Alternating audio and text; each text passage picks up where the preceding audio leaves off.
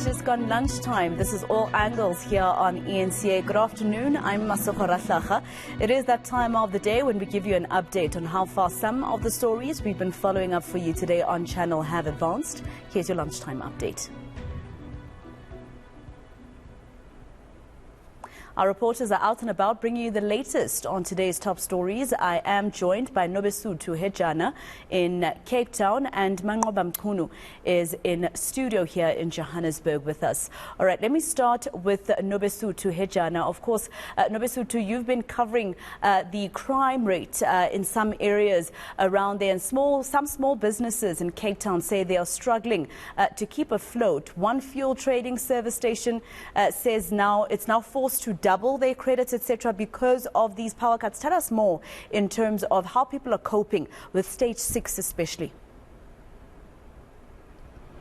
Certainly, Basejo, with the news that the fuel will go up, especially unleaded, with by R1.71 and diesel with nearly R3, a lot of commuters, business owners around Cape Town are saying that they're struggling to maintain. In fact, we spoke to one guy who is a business owner. He uses his own van to deliver his goods, and he was saying that on a daily basis he would normally spend about R1,000 on petrol depending on the distance, but now that fee has doubled. And also another bakery across our offices here in town, they were also talking about the fact that with now stage 6 they have to sit in their businesses and wait up until the electricity is back, and in those intervals, I mean, they can't service their customers. One would assume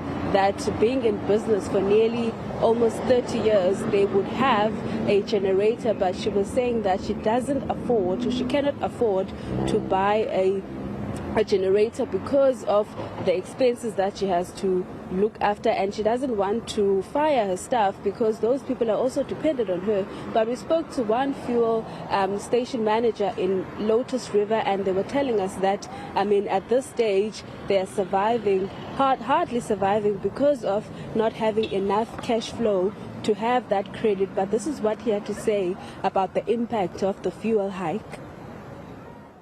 Give us an idea about the impact of the fuel hikes, especially for those that are trading with fuel. Fuel hike is very difficult because if you look at it, yesterday pump price on petrol, we just use petrol, and we don't use petrol. Yesterday, the cost pump price is 22 cents, 11 cents. Sorry, 22 rand, 11 cents. But currently, like today, because of the price hike, we're looking at about 23 rand, 82 cents. So a full load, say a full load of 34,000 liters, that's on petrol now. Yesterday, it costed you about 750,000 rand.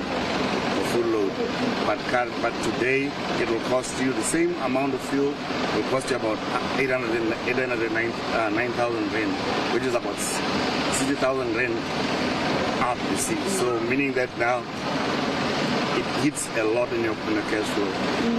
So it is the hikes are very difficult, especially for small businesses. All right, let's introduce senior reporter Sipha Mandla-Goke joining us from Durban. And Sipha, let me come to you. Of course, you're attending the Interministerial Committee, which is shining the spotlight on political killings in South Africa. This, of course, following another incident of killings of councillors in KZN. The police minister gave an update. What did he say? Well, he says the task team that is investigating political killings in KwaZulu-Natal has registered some successes in terms of arrests and successful prosecutions. More than 300 cases have been investigated. A number of people have been arrested.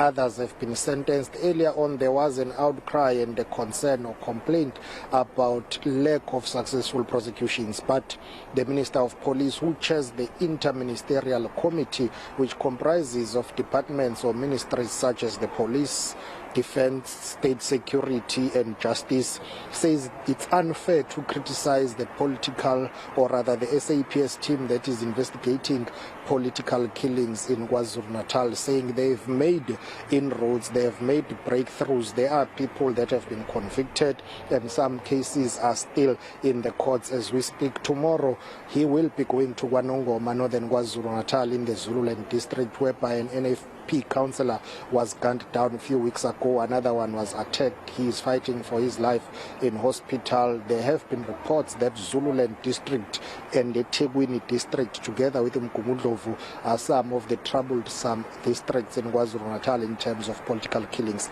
But most disturbingly so is that more than 50 people or councillors have been killed in KwaZulu-Natal since 2011. Take a listen to the Minister of Police unpacking the statistics. Investigations of the political killings by the task team have revealed that the most affected political parties are the ANC, IFP and NFP.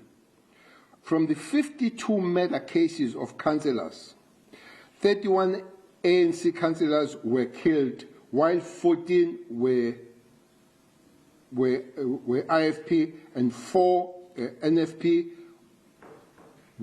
2 EFF and 1 ACDP. While 52 councillors have been gunned down since 2011, to date, alarmingly, 103 officials working within municipalities and as political office bearers and officials of political parties were killed. Causative factors for these crimes are linked to intra-political conflicts, with a few cases linked to the other motives, such as taxi violence, domestic-related issues, business competition, and traditional leadership competition, as well as family feuds.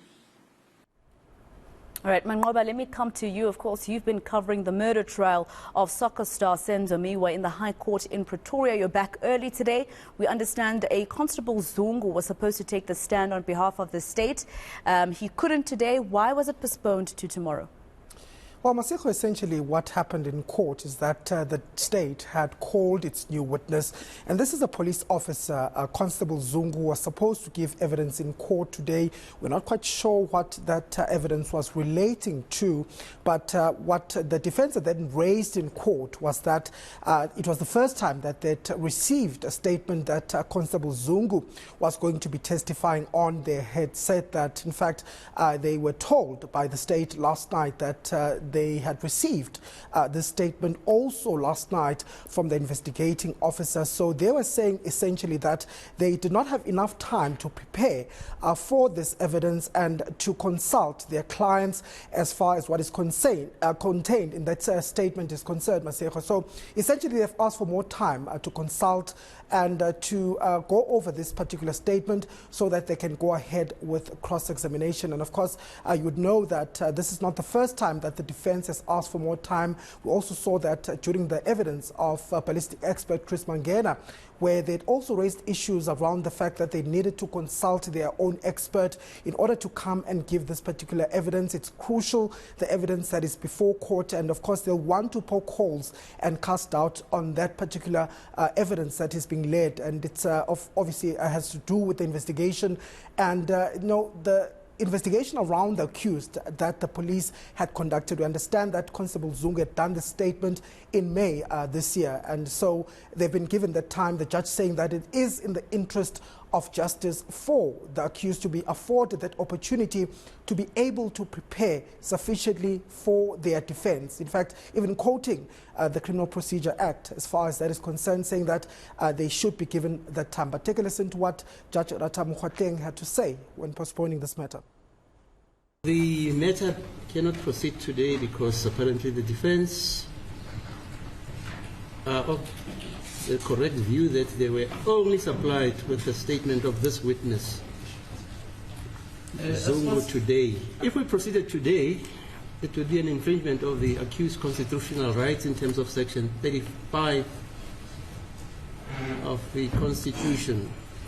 The accused are entitled to be apprised of the case of the state, and they are fully entitled to be given full opportunity to prepare for that evidence. Okay, for those reasons, we adjourn them until tomorrow. All right, that was your eNCA lunchtime update from all angles with reporters Siphamandla Goke, Manqoba Mchunu and Nobesuthu Hejana. Thank you, team. Let's leave it there for now.